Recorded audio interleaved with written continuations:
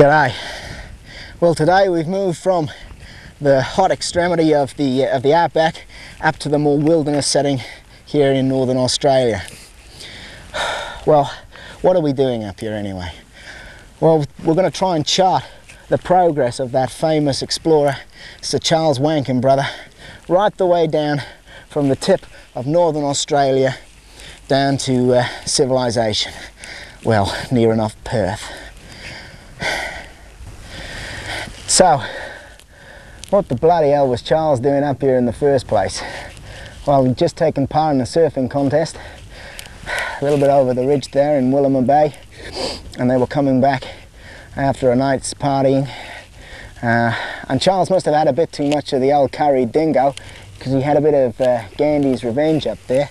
So they stopped the bus and Charles went out to take a shit. Well, he came all the way down here and spotted that little bit for there, which is, you know, in this sort of environment, it's a perfect place to take a shit. As you can see, it's well sort of like protected for the extremities. Well, if there were anything like today, blow your head off. Well, what happened was, when he was in the process of taking it, he was attacked by one of the man-eating killer dormice that they have around here, and there was a hell of a blue going on. But there, his friends saw him, came rushing up to that ridge up there, had a look down and seen Charles there being ravaged by a bloody dormouse. Well, they must have thought that was the end, and they weren't going to take that on, because they're feisty little buggers. I've got to make sure there's no one around here now, otherwise I'd have my arse.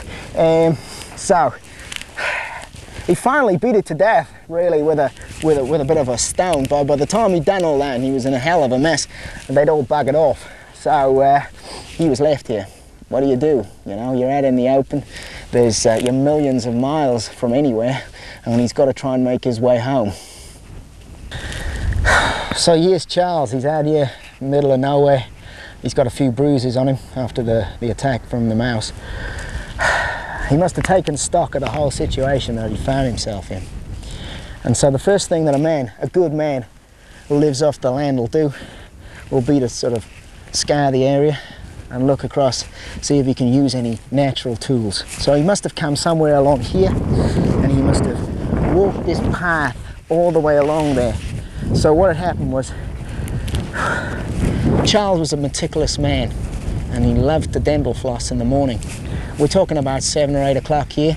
So what he must have done is he must have come along here, and the perfect thing for dental flossing, or for actually trying to get the plaque off your teeth there, is to just get one of these stones, rub it along the teeth, not too hard, otherwise you'll take all the enamel off. And then if you come over here, just over by here,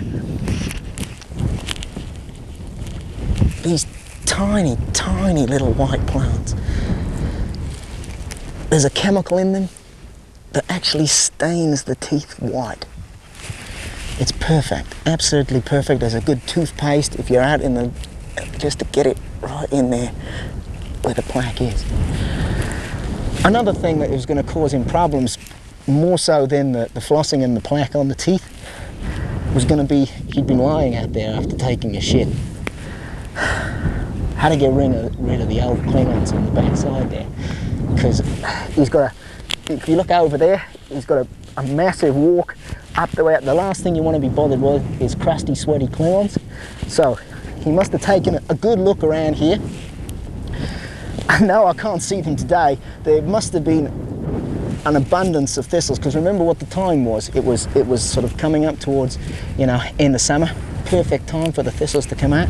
So what Charles did, on a handy tip if you're ever out in the bush having a camp and you're having trouble with the old clings there, is to get a thistle, rub it up. So that's what he did. Cleaned his ass, done his teeth, and got himself ready to take the long trip home. Well, now I've set the scene and the progress that we're going to make all the way across Australia. Join me next week when we'll take the path further south towards Perth. See ya.